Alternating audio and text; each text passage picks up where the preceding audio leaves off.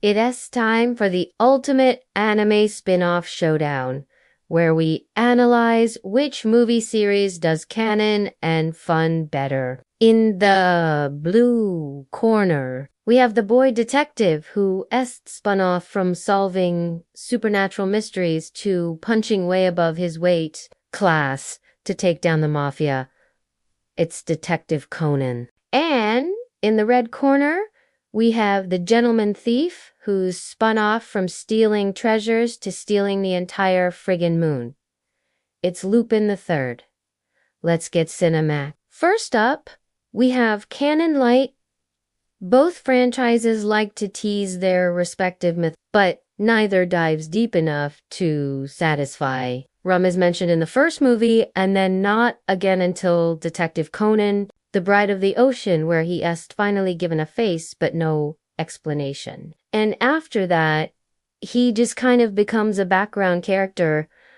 Same goes for the Black Organization. Their overarching plot gets teased throughout the movies, but the payoff isn't nearly as satisfying as a TV show. Meanwhile, Lupin teases his past in flashbacks, but there's nothing that rivals the sheer insanity of his backstory episode in the anime. So while both series are guilty of this, I have to give this round to Lupin because at least they try. Next up is spectacle overplot. Skyscrapers collapsing, bomb trains, characters temporarily coming back from the dead. These movies certainly deliver on the action and visuals, but the plots are paper thin. That being said, I love a good disaster flick as much as the next guy, so I can't complain too much. But if we're gonna nitpick, we gotta give it to Conan for upping the ante with each new movie. While Lupin has some great set pieces, they don't always make sense, like in the castle of Cagliostro.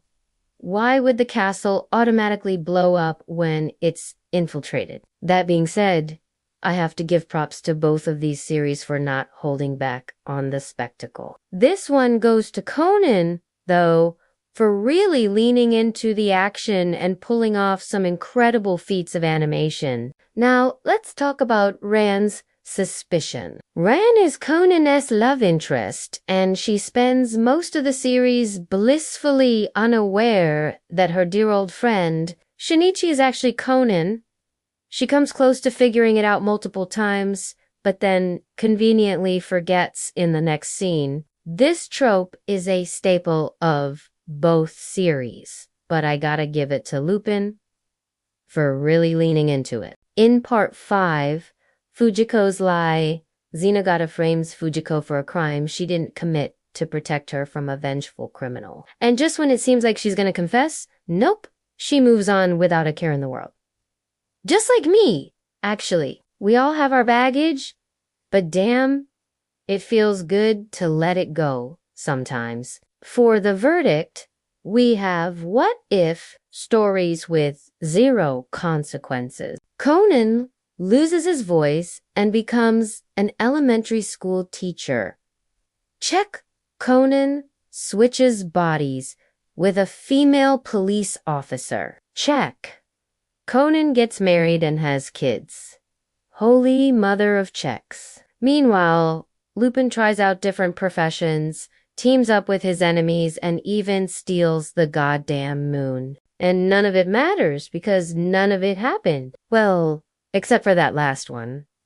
That one's canon, I'm pretty sure. I haven't watched Lupin in a while. Oh, my God.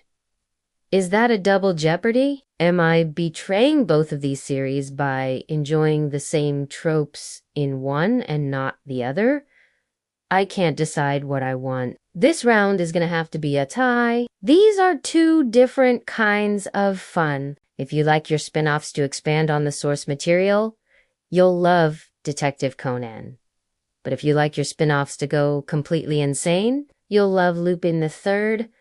And the winner is, oh my God, they're both so good. How am I supposed to choose just one? You'll have to decide in the comments. Which movie series does it better? Vote now.